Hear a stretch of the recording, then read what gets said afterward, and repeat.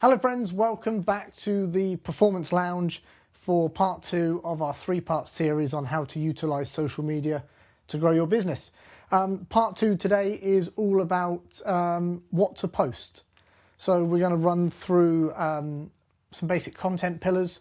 We're going to look at the types or the mediums of content for you to post, as well as just giving you a few sprinkling kind of ideas of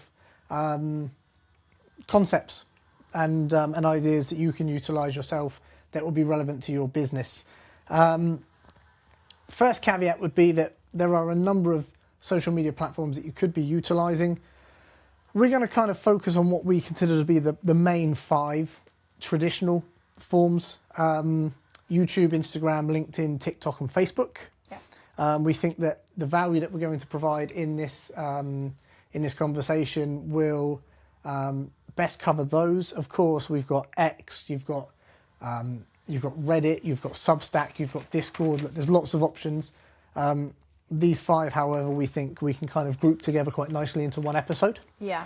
What I would say, however, this episode, as I said, is part 2 of 3. I would encourage you to go and listen to part 1 if you haven't, because in that episode we kind of really cover getting started, and I think that's what we subtitled the podcast, Getting Started. So if you're listening to this episode, you should have an understanding of what your product or service is, and you should be able to kind of explain that quite concisely. Who does it serve? What platforms best suit your target audience? So that's what we mean by who does it serve. Who are your target audience? Who are you making this for? And not just your target audience, but who are your customers? Who do you want them to be? So the platforms that they're most likely to hang out. You should have hopefully set up an account. You should have your handle in place, your bio. Hopefully you've started making some content. And also in the last episode we discussed doing your research on those platforms to understand how they work, how to utilise them, yeah, as well as doing some market research. And I don't mean market research in terms of consumer market research. What are others in your space doing? What's working for them? What's not? So hopefully that gives you some ideas. My wingman, my partner in crime to my left, this is really her speciality. So I can add some value, but this is really where Bex excels. So this is probably going to be quite a Bex heavy podcast today. So Bex, do you want to get us started? Kick us off. Yeah, absolutely. So a bit like what you've recapped just a minute ago with what we spoke about in the first podcast, hopefully you took away as well just sort of brainstorming some ideas as well. So you've got a real idea of maybe the type of content that you want to create, or having an idea of where your market is so that you can align it with that. A really, really good starting point though is looking at pillars, and these are content pillars where each piece of content can fall into. Now, some people divide them by 5. I really like to divide them by 3 main content pillars, and these are the ones that I deliver when I'm working with brands or individuals as well. And the 3 main ones that I look at is educate or education, value, and entertainment. So each piece of content can fall into one of those content pillars. And I think it's really, really important to have a variety of content amongst those pillars within your grid, because then what you can do is start to use the analytics from each piece of content, which is the 3rd part of the podcast that we're going to be doing, is based on the analytics and how you use them. But you need to be able to be a bit diverse with your content. I think is really, really important. Yep. And I think, again, you can then start to understand, we spoke about in the first podcast as well, about how your social media or how the content might take a bit of a diversion from time to time, and being open to your content changing as well. And I think this is really, really driven by the content pillars themselves. So I think educate is really, really important, and really where you probably want to start with your content. You know, how-tos, educating people on what you do, and this can feel really, really overwhelming, but you can literally take the questions that you're asked daily. You can run, which we will get into, by the way, but you can run Ask Me Anythings and question polls on your social media to start to get an understanding of, you know, what people may want to know or what they don't know. But it's also a really, really good starting point for this, for building out your content, is also asking friends and family. You know, like if I asked you, what do you know about pole? What don't you know? Or, you know, do you have any questions about pole? Those questions that your friends and family ask as an absolute starting point could be a really, really great point for you to start building out your strategy of what you're going to post. So where I put educate, this, like I say, what I would really look to fall into there are how-tos on how, you know, I'm going to relate it a little bit to me because it's a little bit easier, but how I maybe get into a certain trick, or how I build a workout routine, or something that's relevant to you in your niche. This can be maybe mistakes that you've learned from, again, educating people. I think a really good caveat to put in here as well is always thinking, whenever you're doing a piece of content, regardless of the pillar it falls into, what is the consumer going to benefit from this? Are they going to learn something from this? And I think that is a really, really important point when we're looking at educational content. Do you want to add anything here before I... Yeah, no, you hit the nail on the head. And again, it's not specific to any industry. It's just, I think the Q&A thing is really important. So if you are already an established business, you're going to get questions asked to you on a daily basis, right? Yeah. So just take what your clients or your customers are asking you on a daily basis. And if you don't have any clients yet or any customers or many, then absolutely ask friends and family. ChatGPT is a great example. ChatGPT is a really, really, really good one to use. I was literally going to go into that. It's a really solid tool to use. But it works across all sectors. And you know, I've been thinking about this the last couple of days. So we had our garden landscaped about, 2.5, 3 months ago. Yeah. And, you know, so let's say, again, I'm just using this random example because I want to use as many diverse examples as I can, and hopefully you can relate that back to your business. Let's say you're a landscaping business, right? So we went with a nice light grey porcelain. Turns out that porcelain is a bit of a fucker to fit, right? So we've had some of the slabs lift. Well, that's because it's not porous. So water can get underneath if it's not sealed properly and lift. So right there's a piece of content. You know, whilst porcelain looks great, here are some teething problems you might have in the first 12 months of your porcelain being fitted. Or, you know, here's how we fit a patio. We're going to dig down. We're going to, you know, lay a bed of cement. Then we're going to put this and then and take people through it. So that education piece is so useful and so valuable. And it's a case of really adding, I think, good karma. So by putting out lots of advice and helping people for free, I say it all the time, when they're ready to buy, they'll think of you. Yeah, so actually something that I wanted to add here is I really like to operate on the 80-20 rule, where 80% of your Instagram or your social media, and I know I keep deviating to Instagram, but your social media should be about building trust. And this is how you're going to build trust. And then the other 20% can be selling. So having that balance is really, really nice. So you've got your educational pieces. Value is really, really closely linked, really. But again, it falls into that same marker. You know, are you providing value to your consumer? Are they going to learn something from it? Are they going to be able to take something away from it? Are they going to be able to find it interesting? And that can even be down to, like, again, all of these entwine a little bit, but behind the scenes are really, really good. You see multiple people. Well, actually, I speak to multiple people that sit and watch, like you being one of them, the swimming pool cleaner, the gardener. I fucking love that shit. You know the ones where they show before and they like zoom it really, really fast, and then there's that process of you watching. You know, I suppose that actually then really that falls into entertainment. Again, it really sort of... you can blend it really well. You can blend it really, really well. But again, asking yourself, is, what we spoke about in the first podcast is that your social media isn't about you, it's about the consumer. And yes, I know it's nice to post photos of you, and there should be a little scattering of that, because for me, I think it's really, really important to build trust. People like seeing it. Something that gave me the confidence to start posting a little bit more like that was I like to see other people's. And I think that's another great way to start to learn how to build your content is, what do you like watching that other people are doing? Can you relate that to your industry as well? So again, asking yourself, what is the consumer going to get from this? Is it educating them? Is it valuable to them? So that could literally be, could they save it for a later date? Could they send it to somebody that might find it useful? And all of this really feeds into your algorithm too. And then the last one is entertainment. Or entertain.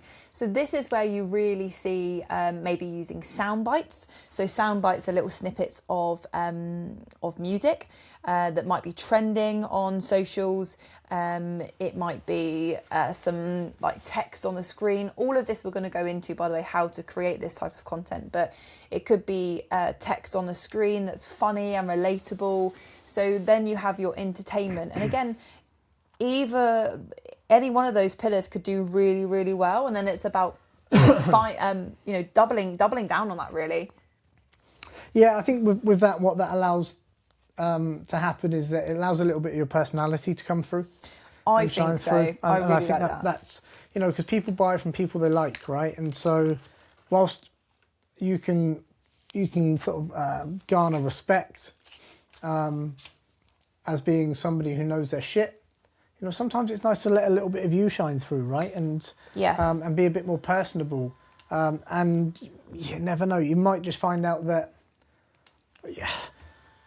if you're an Arsenal fan and you talk about, you talk about how Arsenal have done this season, or you're into a certain type of sport or activity, then people go, "Oh shit, he's an Arsenal fan. I'm an Arsenal fan." I mean, yeah, you're probably going to alienate the Tottenham fans, but if you can be humorous with it and let a little bit of your personality shine through, because, and I don't want to kind of cloud this right now, but, whilst you're also what you're trying to also do is build a personal brand. If you run a business like Bex and I do, we rely, you don't really know very much about, with the exception of Dynamic, you don't really know very much about Dynamic 22, the wider business, because really you and I are the business. Yeah. And so we have to let a little bit of our personality and who we are shine through. And I think that's really important. Well, I actually think it feeds back to the know, like, trust. Yeah. So people getting to know you, people liking you, and then people trusting you. So there has to be a really nice blend of all the different styles of content. But listen, if you make an educational piece and it does really, really well, you get loads of responses, or maybe it performs well, don't be in a position where you're like, oh, I think I need to make some value content, or some entertainment content, because it also, if it doesn't feel right for you, then that's equally like there's no point of you creating it. But that being, and it will feel forced, by the way. It will feel forced. But authenticity is so important. But equally with that, for me, I think this comes back to what we said in the first podcast about understanding the different platforms that you're using. Because TikTok for me always felt a little bit more silly and a little bit more loose. Not so much now, as the platform's definitely evolved.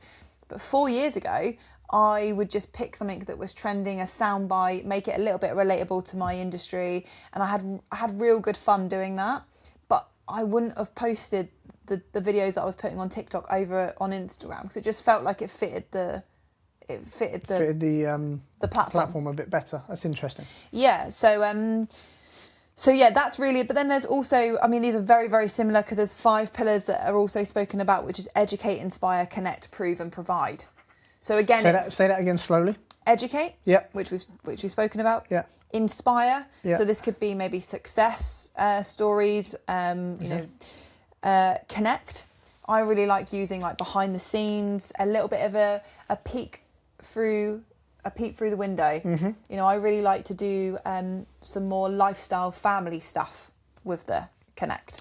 And funnily enough, that has been landing really well. Because especially the cooking videos with Ro. Yeah. Stuff with Ro. We're super mindful of how much we put Ro on social media. anyways, it's each to their own on that. I completely understand why people do and people don't. And I try to keep him hidden where I can, or face side on. Like you are sensible with it. I certainly don't think it needs much of an explanation. But no, I hear you. So, but the ones where he's cooking, and even like I did a photo shoot recently, and I had people travel to come down, so not local to me, and people said to me, "Oh, I saw your video with Ro making pancakes. I made that video ages ago." They were like, "I loved it. I love watching it," and I think people like that. People like to see you more as well. Like people see me as, what I do in the pole space and as an online coach, but they don't really get to see me being mum. And I think that's as well where you become relatable. Well, actually, it's funny because I agree. And what I like about that content, I think the reason it lands so well is it's educational and it provides value. Because you're saying like, hey, try these super healthy pancakes that are delicious. Wait, those pancakes weren't healthy, but... Shh. No. I didn't know that. I did say that on the video though. I'm not. Sure. Okay. But like, you're like, hey, try this cool recipe that's really tasty, right? Yes. Okay. They're quick, they're easy, they're fun, they're delicious. Try them yourself, right? So it has that value piece. It also has an entertainment, aspect to it, because someone commented actually on your video the other week, like it's almost like a little mini cooking show. It's like a 2.5 minute cooking show, yeah, which is quite cool. But also then it's that relatable one. Did you say relate? Was that one of them? Or similar? Connect. Everybody with kids can understand and connect and relate to those special moments when it's, the gang, the tribe in the kitchen cooking up pancakes. It's a special moment that even if you don't have kids, you might remember doing that with your parents. So it really does hit across all these different levels. But the irony is that it has nothing to do with your business. No, but it is funny because, you get to see a little bit, like I say, behind the scenes of what happens at home. But also, Ro is so cheeky. That's why those videos do well. So like every single time he does something really like mischievous, like tries to tip the salt directly into the cookie mix. Or he's eating the little chocolate chips on the side. And so, but anyways. So but that's, by the way, if you haven't seen that, sorry to jump in, right? And you're kind of looking to make content that hits. Go to Bex's Instagram or TikTok at Becky Dunn, BECCIE DUNN. Go and check those videos out, and you'll see what we mean, right? You'll see that it adds value, it provides entertainment. There's a connection thing. You get to know about us as mum and dad and husband and wife, not just business owners. So they're really good to use, and I would certainly encourage you to do that in your own right. So one of the reasons why I actually started making them is, one, I really, really enjoy making content anyway. Like I've been saying to you, so we're actually going on holiday this week, and I really, really, really want to give it a go, vlogging a bit more. But again, like adding a little bit more lifestyle content might not necessarily fit my niche and my content strategy, but I think there also becomes an element that I really, really enjoy making it. And I give out so much for free that you can start, and again, it's your platform, right? So you can do what you like. I'm not deviating here, but it goes back to like, I enjoy watching those videos that other people create. Yeah. So I want to give a go at creating it. I love watching, like, I always do Come With Me. So again, the behind the scenes, if I'm ever traveling, I try and vlog it. So yeah, because again, I really, really enjoy watching those. But I think if my whole Instagram was full of those, it then becomes a little bit self-indulgent because I'm not really providing... Well, unless you are a chef, or do you know what I mean? Like, yeah, I'm talking about the ones where I'm where I'm vlogging. Oh, sorry. We're not talking about food anymore. I'm hungry. That's what it is. Come with me to so and so, or come with me. But anyways, so they are the main content pillars. So sorry, you asked me. No, sorry. Can I just jump in on that? Yet, if you are a travel rep or a travel agent, 100%, slam dunk. That is the shit. That is the content, right? So try and read between the lines in what we're saying today, that like for you it's like, come and see what I did. It's a little look behind the scenes. If you work in travel and you're a travel agent or similar, then come on this trip with me is the content. Absolutely. Right? I had to admit then. I'm so sorry. It's fine. I asked you You said you asked me. I'm so sorry. I was so desperate to get that point. Rob. It's gone. That was such a good. I'm really, really hoping that will come back to me, because it was a really, really good. Do you want to backtrack it? This is long form content, so fuck them. Let's backtrack it. What were we just talking about? We were talking about you were making self-indulgent. It could look self-indulgent. It's long form content. It's gone, isn't it? It's gone. Right, it's fine. Me and my big mouth. I'm sorry, everybody. I'm sure that was going to be a great point as well. So. You prick. I know, my bad. I'm going to be banging trouble after this episode. This is why you write stuff down, though, isn't it? Yeah, absolutely. Sorry about that. Okay, cool. So, anyways, so you asked me about the content pillars anyway. So yes, we got it. We spoke about Oh, hi, sorry, come on. We spoke about educate, inspire, connect. So what we were saying about prove, which really comes down to, like for me in my industry, is testimonials. If you were a landscaper, showing your before and afters. If you were a chef, showing the food that you're creating, or like if the reviews that you get from your food. If you're a music teacher, then have your students 6 months ago versus now. Yeah, showing the testimonials. That doesn't need any more on it. Social proof. And then promote, which is when you can really go and ask for the business, which can feel daunting, but I don't think your audience feel like it's a lot or it's unnecessary if you've provided so much value. So yeah, they are. Again, they're all very, very similar, right? So you understand, but again, you don't have to necessarily look at your content strategy and think, right, today I must provide an educational, I must provide a value, I must provide an entertainment. It's just the main body of content falls into those pillars, and then you can really start to double down on maybe the area that does do well for you. So I mentioned a little while ago about the know, like, trust, and this leads really nicely into the 7-11-4 rule, which is a really, really good rule. So it means, so the 7 stands for being seen in total of 7 hours. Mm-hmm. So you provide 7 hours of content, and that will be across 11 different touch points. So that could be that feeds into 11 different touch points in 4 different locations.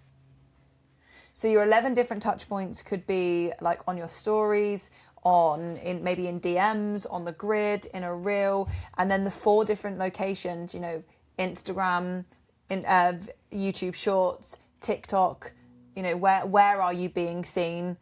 Where are the different touch points that people are seeing you? And also, have you got that amount of content? But also, you're building 7 hours of trust.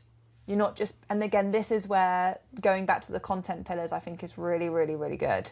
Because, if you don't have a product or a service to sell at the end of, like, if that's not your goal on social media and you just want to grow, then, maybe entertainment content could be the one for you. But for you, for example, with your business, with the sales and marketing training that you do, if all that you created was entertainment, you're actually not going to, you're not going to be able to like build the trust and also then win over. Yeah. So yeah, I think it's all relevant. It's all relevant to you. But the 7-11-4 rule is something that Daniel Priestley used, and it's something that I think is absolutely superb and something to really think about. In terms of when you're putting out content, how much content you're putting out. I just want to circle back quickly to the entertainment piece as well, just so we can try and be fair, right? So we talk a lot about adding value and helping and providing and educating.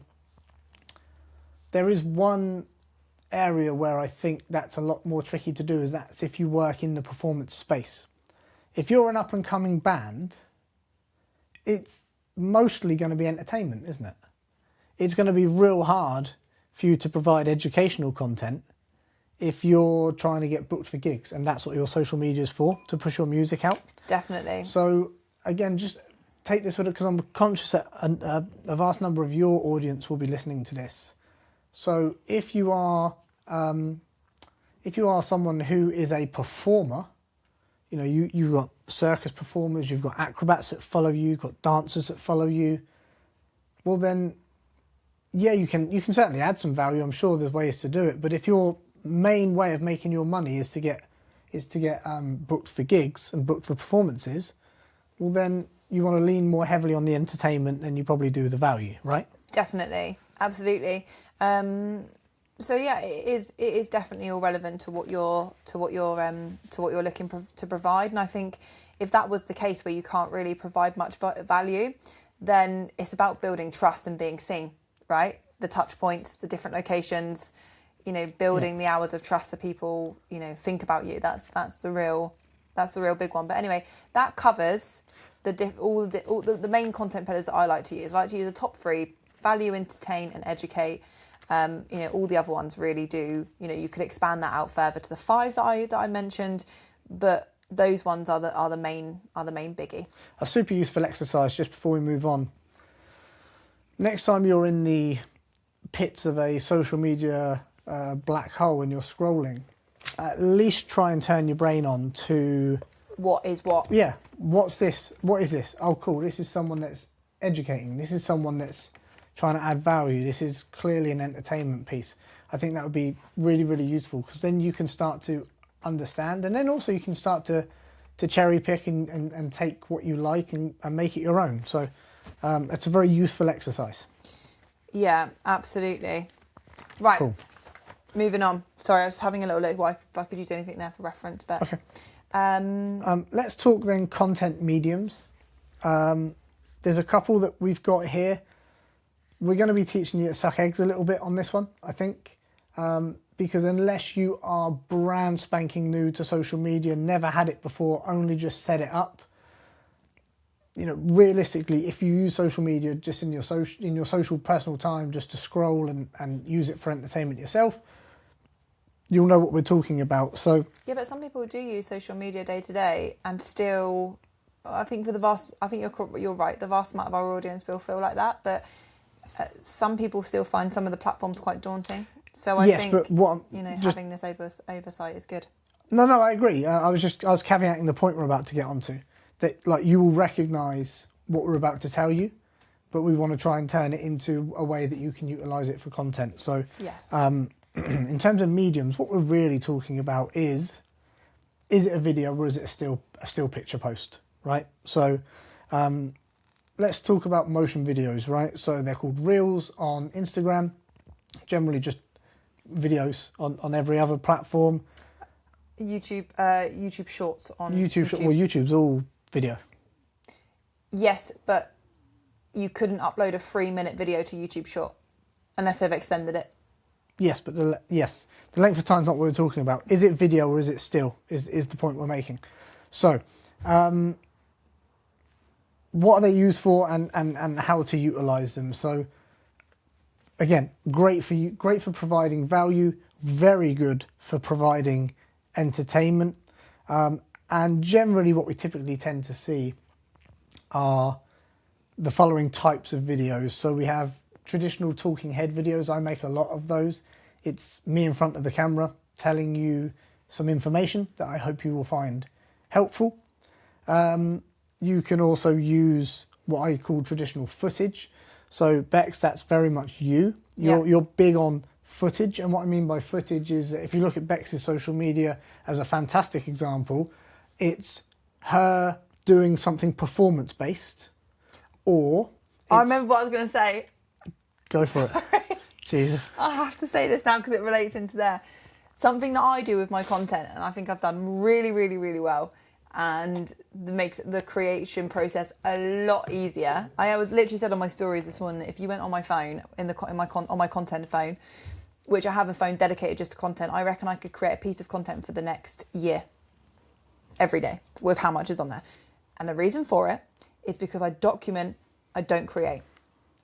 And I think that's really, if you can try and think about it like that, documenting your day to day, you know, maybe something that is so everyday to you, but actually you film it and show the behind the scenes and just create. Sorry, don't think about creating. Just document what you're doing. You know, that is a massive. That was a big turning point for me and something that I then really Yes. You banged on at me for a long time to do that, didn't you? You were actually the sole reason why I now film all my classes, really. Yeah.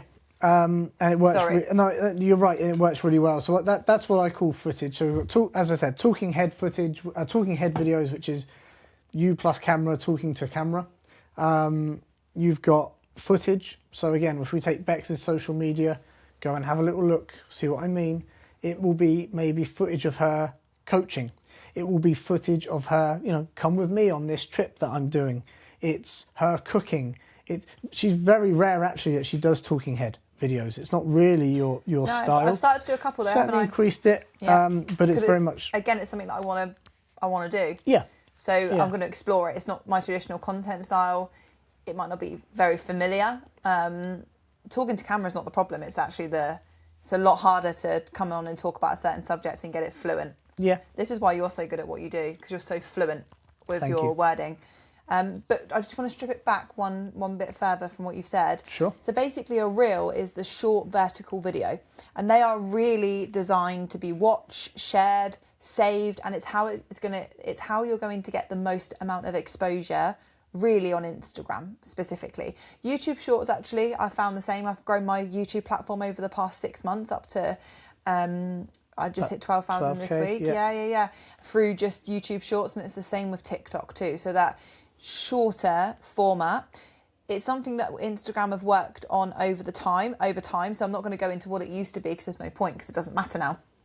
But Reels still have a cap of 3 minutes. So Reels are pushed out differently to grid posts. So if I was to post a 10-minute video, it wouldn't be pushed out on the Reels algorithm, essentially, because when you go on the Explore page on Instagram, which I think is the second or third button in at the bottom, The little magnifying glass. it will show you Reels that and carousel posts too, but predominantly Reels are the format that get pushed out to you, because like I say, they are the videos that are watched, they're shared, they're saved, and the more people that watch your video or save it or send it to somebody, the more likely Instagram is going to pick up that video is performing well, or your audience or non-followers are enjoying it and therefore are going to push it out to more people. So just a really quick come back to Reels, they're a short vertical video. Yes. So that's when we're filming in this way. What's that? Landscape. Horizontal. Landscape.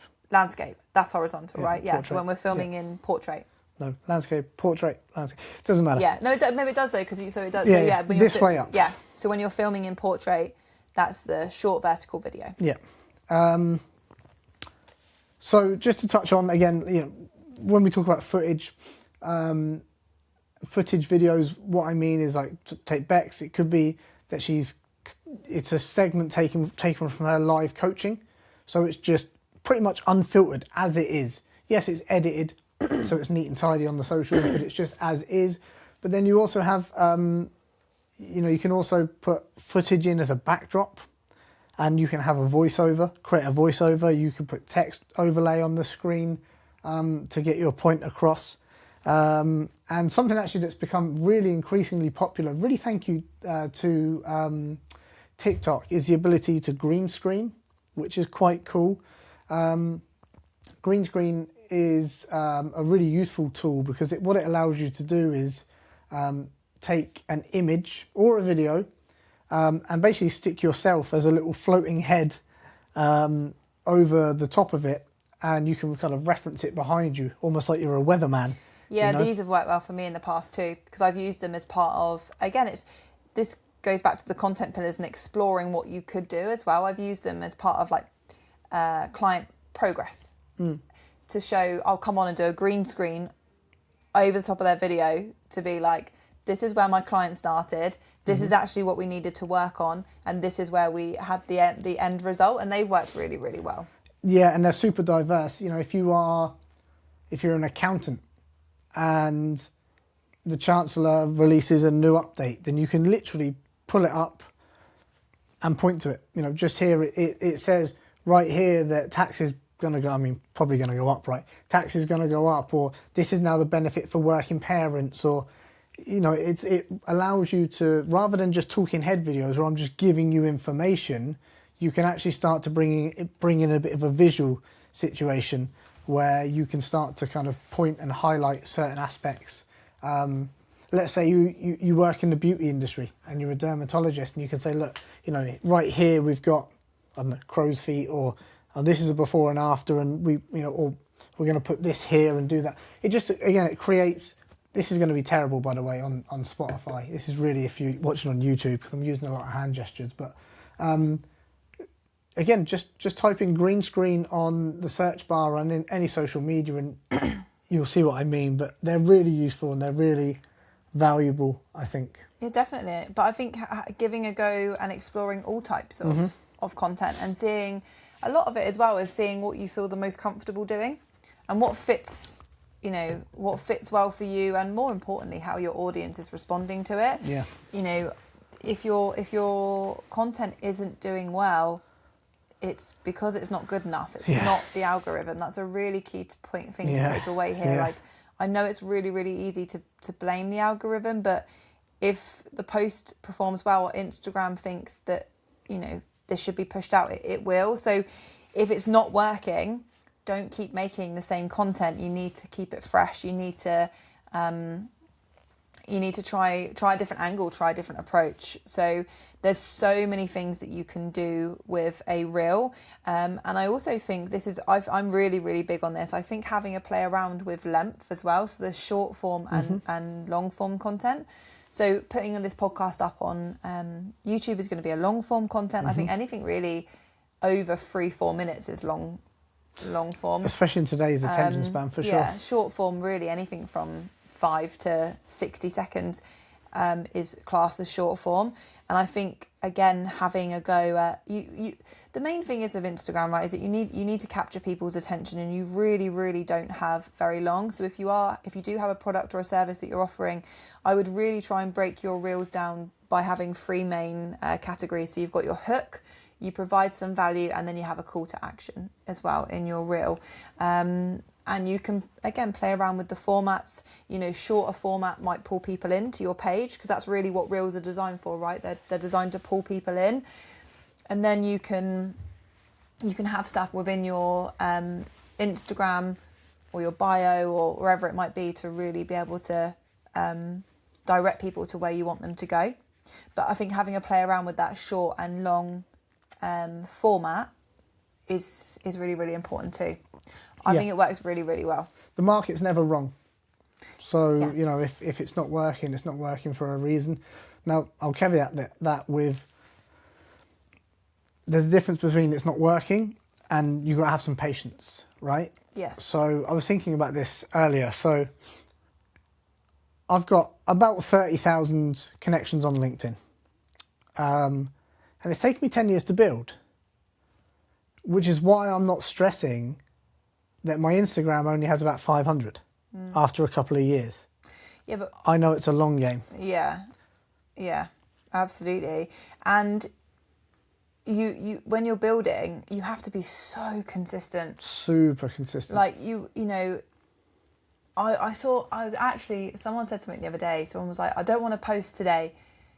I don't want to post this today because I have something else going up. So can I post it tomorrow? And I was like, why are you waiting until tomorrow? Just post both. Just post as much as you can. Like, obviously there is a difference between, spamming and being inconsistent. But it's only spam if it's unwanted. This is true, but post as much as you can, but you also have to be super consistent. Like, you really, really do need to build it into your day like you would do anything else. Like, on a Monday morning is a really, really good example. Before I even start check-ins on a Monday morning, you leave for the house with Ro to drop him at nursery about 8:15. I ideally would like to start work about 9, half 9. So about 9, half 9. So I give myself 45 minutes to an hour to create a piece of content for social media, and that's client focused. It's built into my into my Monday morning. If I can do it on the Sunday and have it ready to go, even better. But that is built into my day. At some point somewhere, every single day, when I get home from work this evening, I'll post tonight's combo. There's not an evening or day that goes past where I don't do that, because it is built into my day. Yep. So I think that's really, really important. You've got to be consistent, and you can't say it's not working unless you've posted 500 pieces of content. I would agree. Every day for the past year. Yeah. That's one. That's not 500 a day. Just to be clear. Oh, yeah, no. 500 posting every day and at least 500 bits of content. You're kind of not even in the game until you've done at least 100. But really, then we're talking about you've got trial and error and feedback and analytics. It's 500 bits of content before you're properly in the game, I think. So, yeah, but even like posting one piece a day, if you're looking to build, like I'd be looking at least to post 2 or 3 per platform. So about 15 to 20 pieces of content a day. Yeah. And look, we know that's hard. That is hard when you're running a business and maybe running a household, and it's hard, but fuck me, it's important. So let's just quickly, because we talked about videos. Yeah, so we talked about Reels. Let's just talk about still image posts. I mean, they're literally called posts on Instagram. But just, still images, blunt posts, they're also referred to. And carousels. Carousels as well. Carousels is actually probably what blunt posts and carousels I think are the lingo that you would use, but it is a post. Yeah, it's traditionally just called a post, which is confusing because every post is a post. But anyway, let's talk about still pictures. So super useful. I like them a lot for if you have something that you want to say that is kind of concise. Is a great way to do it. Maybe something that is a sentence. Now again, what you can do is you can create imagery on something like Canva, or you can use a photograph and have that as the backdrop and have the text up front. They're very impactful. They're very shareable if they're done right. Savable. Very savable.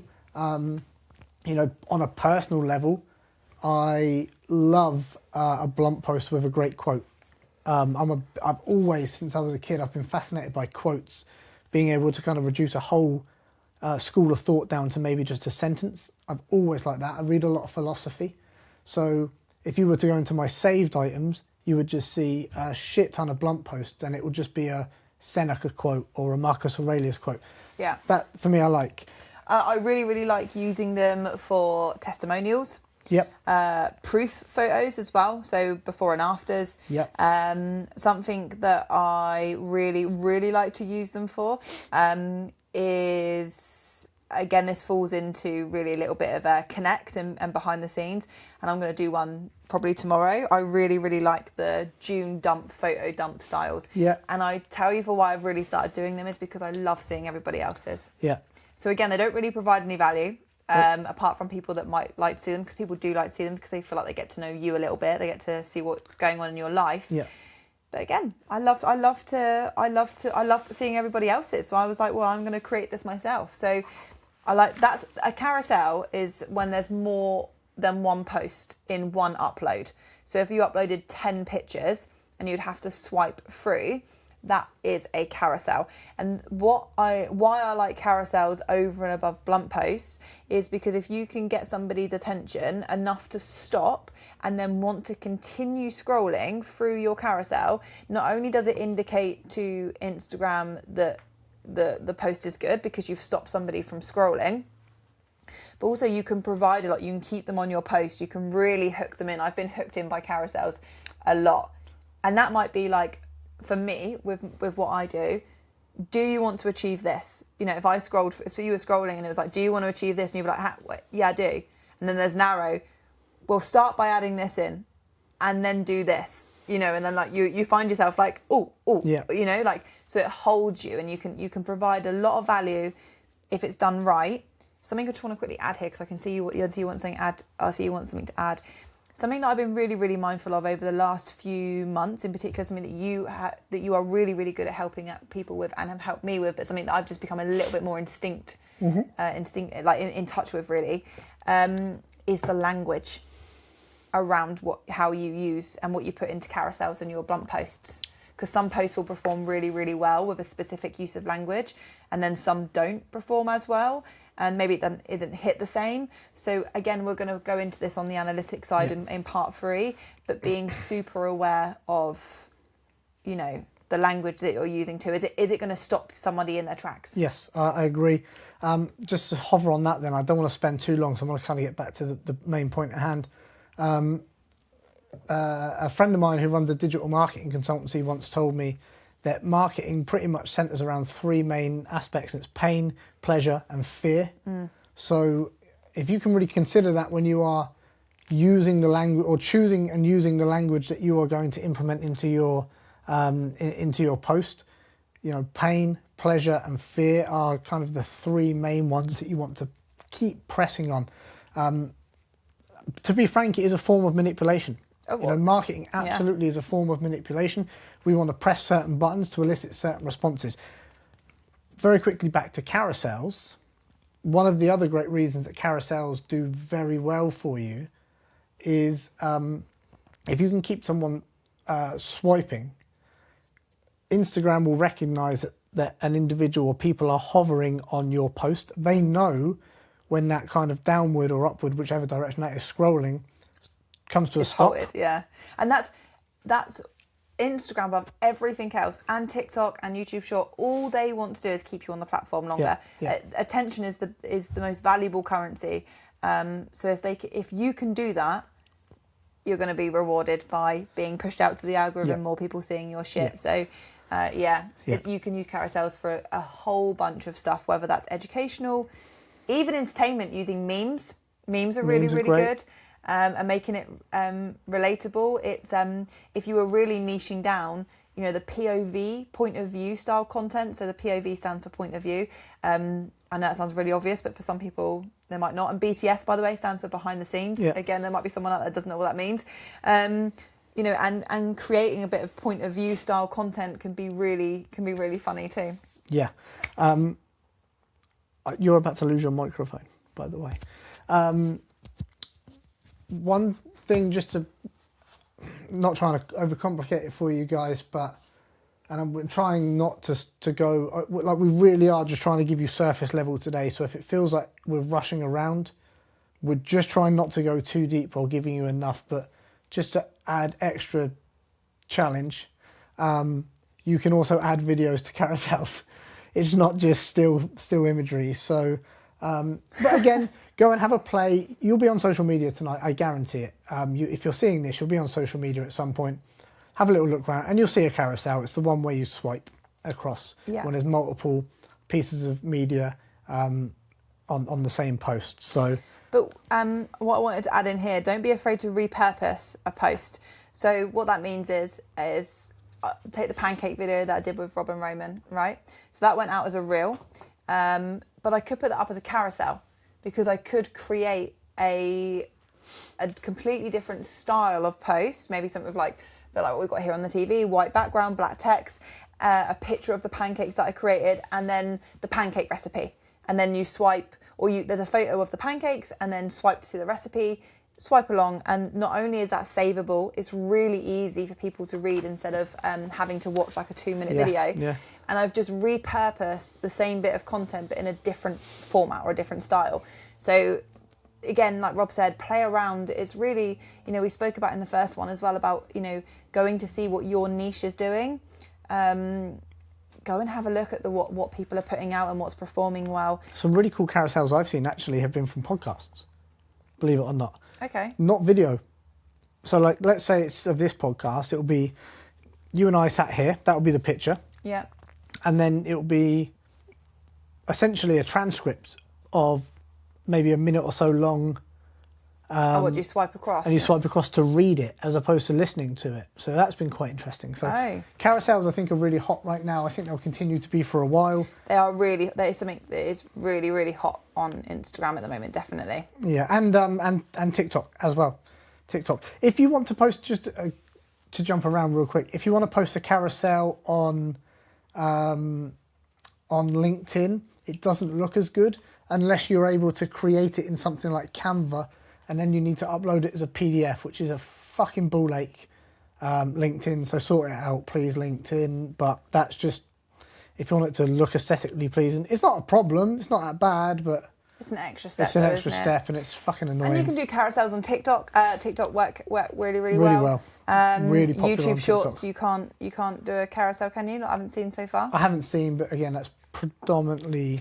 Yeah, and then the last one that I just want we touched on reels, we've touched on carousels. Again, have a little play around. Again, we're gonna talk about the analytics. you're only gonna know by doing it. And then the last one that we wanted to touch on was stories. So stories are when you go on somebody's profile, it tends to be that they'll have like a coloured circle around their profile photo, which indicates that they've uploaded to their story, which is also quite a good. It's definitely something that I use for brands. So if I was to go on to, if say for example, I was even down to like little coffee shops or anyone's Instagram that I find, and they haven't posted on their story. Along with like, say they haven't posted on their grid for like 3 days and then there's nothing on their stories, it indicates to me they're not very active.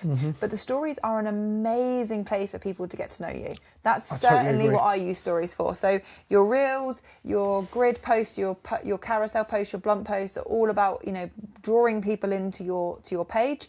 You know, you basically want to use that so when somebody clicks on my page, for example, they'll look at all the content that I'm putting out and be like, Jesus, she's providing so much value. I'm going to stick around. I'm going to hit follow here.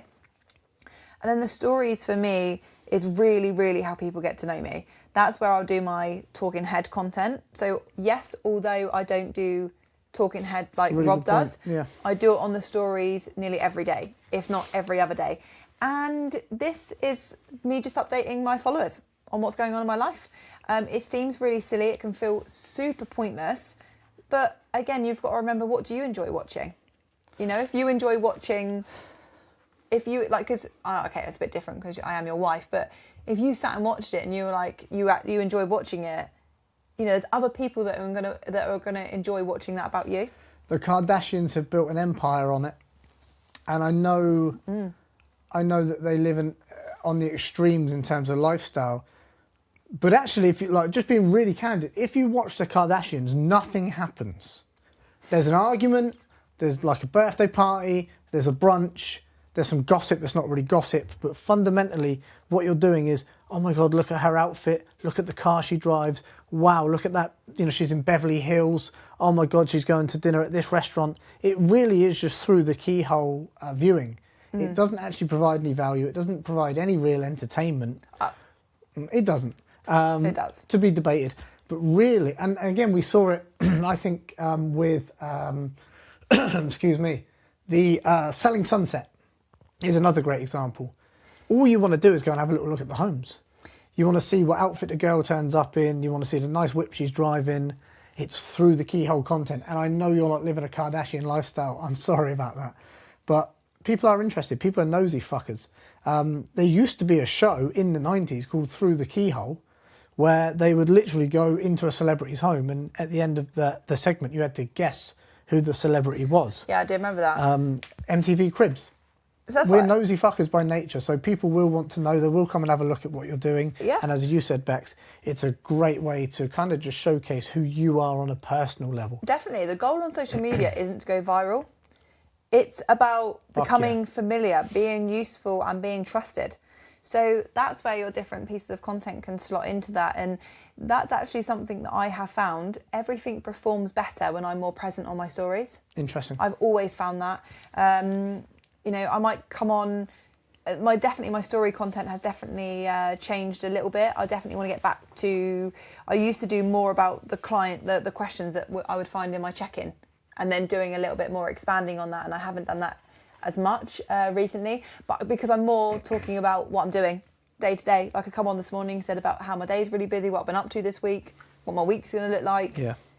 You know, just giving people a flavour. But with that, what you've got to remember is that you're sharing this with your followers, or, you know, and even for non-followers. Like, if you don't follow someone, you can still watch their story. You got to remember what you're telling people, because sometimes I forget that who I'm talking to, and people will be like, oh, you did this. I'm like, how do you know that? Anyway, so, but with stories, they disappear within 24 hours. Yeah. But what you can do with stories is you can save them to your highlight.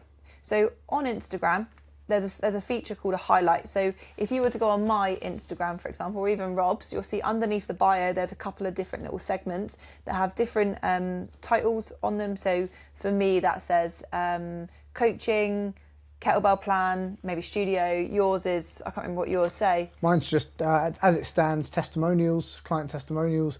Because I'm revamping. Oh, you're overhauling yours, aren't you? Yeah, I'm revamping my website and landing page currently. So with new colorways, and I'd rightly or wrongly, I'd much rather just look clean when when it's Stuff lands. launched. So Yeah. we've taken it down for a minute to breathe, and we're going to put it back up in the next couple of weeks. But what you can do from your story is add it to a highlight. So if you didn't want it to go away, you can add to it. But what I really do like about stories is, for example, today I put up I wasn't a sell, but it was a showcase of one of my clients. So that went on my grid as a carousel, and then what I could do is share that post to my story, and if I wanted to, I could then maybe highlight it to a coaching highlight on my story. But what stories allow you to do is add links. So maybe somebody wanted to find out what the plan was that this girl was training and how I did it, and I could direct them to a certain training plan. You could add Ask Me Anythings on your stories. That is such a great way to engage with your audience. It's also a slam dunk for secondary content. So literally yesterday, I did a Ask Me Anything on predominantly sales, sales questions, sales advice, and got about 10 or 12 questions, ran through them, and now I have 10 or 12 bits of content that I'm going to post to my grid. Yeah, no one really does that, and I think that's a really, really, really good idea, especially when it's specific to a particular... It's different, like if I do an Ask Me Anything, a lot of the time I get like lifestyle questions. But if you get ones that are specifically like, how do I train to achieve this, or save it, because you can save stories too, and you can save it to your camera roll. But also, your stories will archive, but there's a section within Instagram that you can go and dig that back out. So for Rob, he ran and Asked Me Anything last week, so the story would have disappeared in 24 hours, which means the questions also would disappear. But if you go within the archive, you can go back to the story, you can find the questions, and then you can share them, and you can also share them directly with the person who messaged. So you don't have to share it publicly if you don't want to. But why wouldn't you? It's free content. Exactly. So they're the main ones, really, on Instagram, TikTok, and I think you can on YouTube now, and even can you go live on LinkedIn? Yes. You must be able to. Yeah. Yes. Going live is really, really good. It's certainly, again, this is where it's really good to know to understand your platforms, because going live on LinkedIn is huge.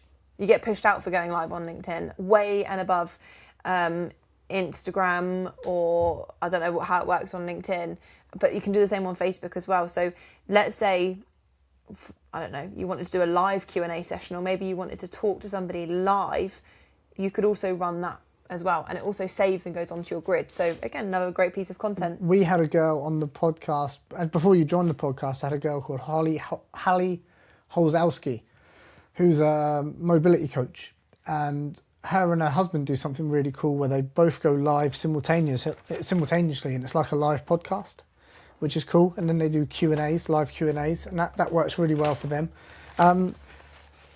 Just because I don't want to make this episode too long and digestible, what I'd like to do is move on to like what to post. We've touched on a lot of them already, but I think if we could just, if we could just recap maybe some cool concepts, things that we see that are popular, that can be useful, and then I think I'll be good to wrap it up. Yeah. So, document, don't create.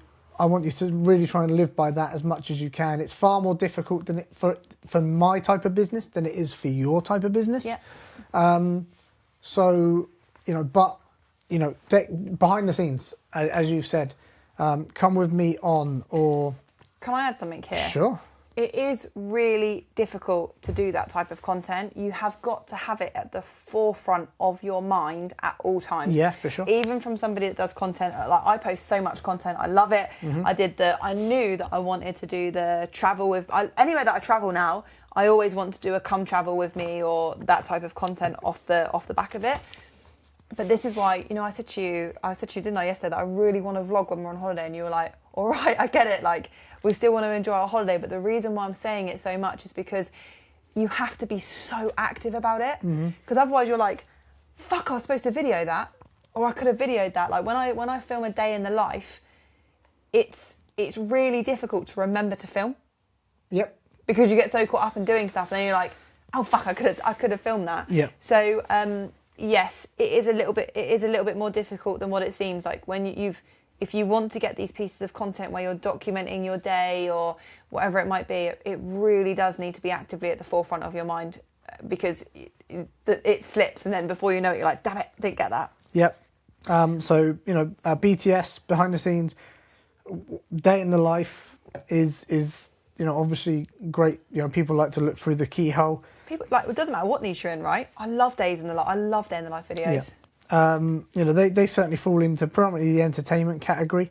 But listen, advice, value, Q&A, be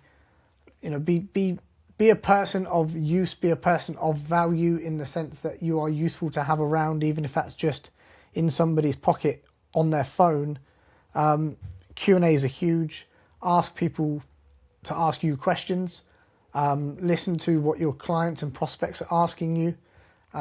Even, by the way, if you work in like a traditional B2B business, like recruitment or digital marketing, I'll tell you a really cool lead generation concept is, if you called up a bunch of people that you maybe wanted to work with, that you have somewhat of a relationship with, maybe you've spoken once or twice but you're not doing business with them, and you phoned them up and you said, hey Bex, it's Rob, listen, I'm not trying to sell you anything, I just wondered if I could ask a really small favour. I'm creating a content series trying to answer as many questions from high performers in X space as I can. What's the biggest headache you got right now? Really appreciate that. Thanks very much. And then you go and make a video against it, and they're going to watch it. It's like a subtle pitch, which I really like. And I think if you work in that space, don't sleep on that. That's a cool concept. Something else that I think is really, really good to live by where you can is trying to create evergreen content.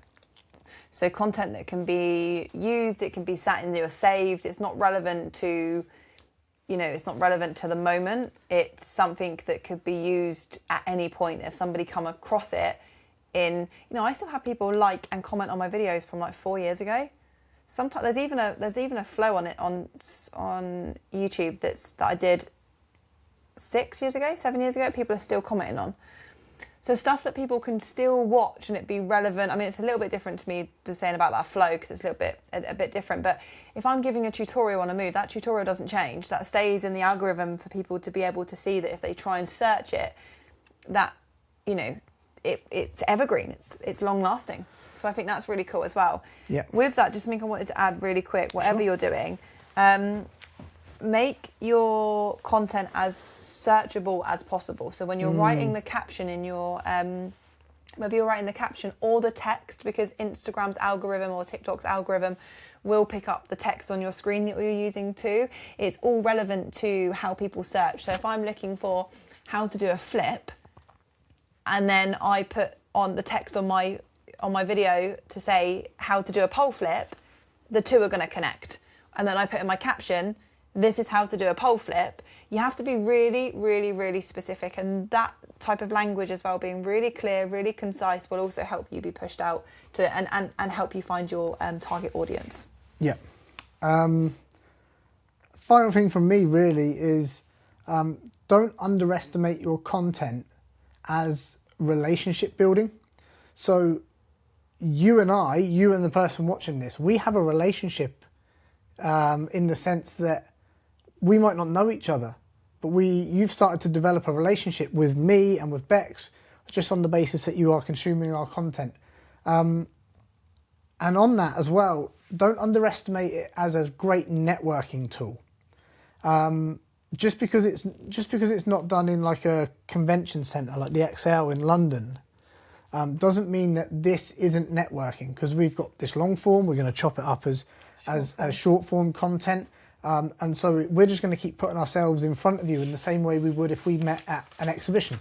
And in fact, I'll give a very quick example of this, right? So, and I'm not trying to sound fancy, this is just where it was, right? I was at the Monaco Yacht Show a few years back, representing my organisation, and I was getting off of a tender boat, like a little speedboat, a rib, onto like a floating pontoon. And as I got off and I was trying not to fall back into the water, I heard a voice go, Rob? And it turns out it was the head of engineering for a yacht management company that I wanted to meet and I wanted to introduce myself to at the show. But just by chance, he saw me. He'd been watching my videos over time that I was producing on LinkedIn, and he recognised me and started up a conversation. About 20 minutes later, I went and had another conversation with another potential client, and he said to me, "What are you, a YouTuber now?"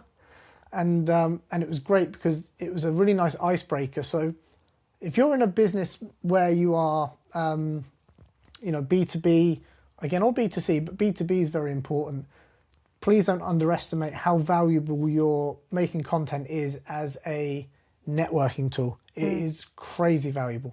Yeah, absolutely. So I think that covers the majority of stuff really, really. Oh, something that I did want to add, like this is what I've spoken about this so much, but I think this is really, really, I think this is really What'd you call it? The Little Blue Book of Dreams. Yeah. And I still haven't, I don't even use it. I don't remember the last time that I used it, but I want to show you, I don't need to do it now because I document, don't create. But when I was building, this is what when I was talking about, you're not going to really be able to see it, but you'll be able to see here how everything is brainstormed. So if you're on YouTube, you'll be able to see it. Where's the one with all the highlights? So when I used to go in and create content, here you can see there's highlighted stuff on the page, so that I would then, actually it's not there, is it? It's up here. So I would go in and I've got my content for beginners, I've got my content for advanced, I've got some content brainstorms for information here about food, deficits, mobility, but that's what I used to sit and do.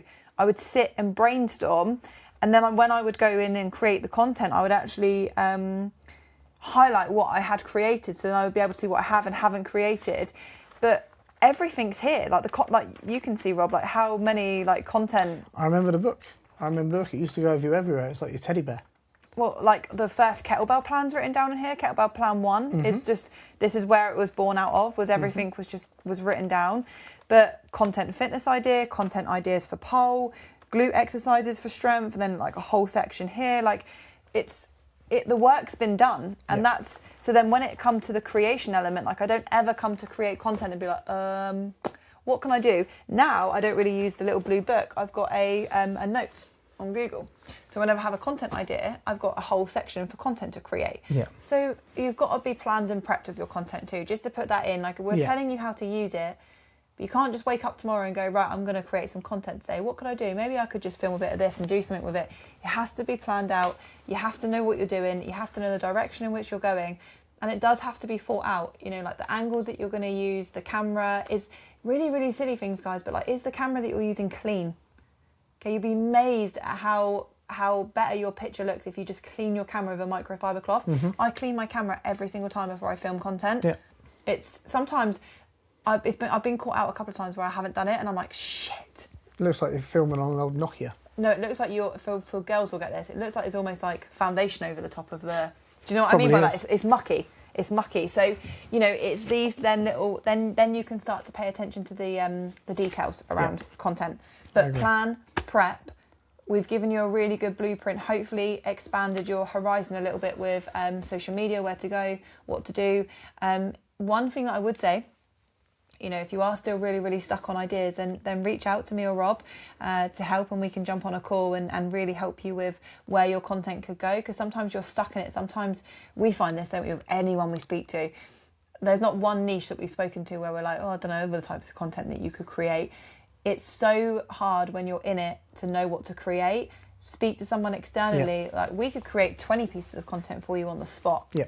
So, yeah, I totally agree. To that tune, we've tried really hard to try and be useful in this, but actually, what's really hard, I don't know if you're finding the same. What's really hard about making these podcasts is that we're able to add so much more value when it's a conversation, because we can get specific. Yeah. So we're trying to give you enough detail, but we're trying to give everyone enough detail, right? Because so relevant, isn't it? And everyone's got their own niches. So if you feel that we've been unclear on any of the points that we've discussed today, as Beck said, please reach out. Look, yes, we'd love to work with you in terms of helping you scale your business.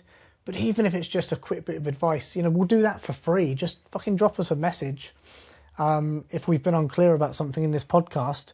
and we'd love to help you. So thank you as always for listening. Hopefully that's been valuable. Bex, anything else from you? No, just thank you. Great. We'll see you in part 3 in a couple of weeks because we're on holiday. Yes. So we'll try and get this up. Well, it doesn't matter because you'll be watching it whenever. So yeah, the next one's coming, part 3, looking at the analytics. Yeah.